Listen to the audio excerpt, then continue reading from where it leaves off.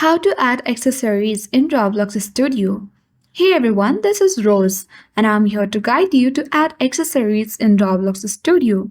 Watch the video till the end. Without any further ado, let's get right into the video. First of all, launch Roblox application on your device. Then you will land on this kind of interface on your Roblox Studio. Sign into your account. Now at the bottom center of the screen, you will find Avatar option.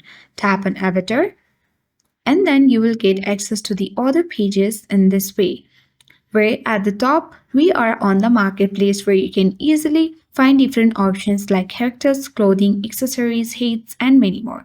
In order to add accessories in Roblox Studio, you need to select accessories, and here you can find different kinds of accessory that are for free. When you keep on scrolling down, then you will get the accessories that have numbers in it. You can simply tap on the accessories that have number and tap on the green button. A pop-up menu box appears where you need to buy Robux an item and then easily use this accessories in Roblox Studio.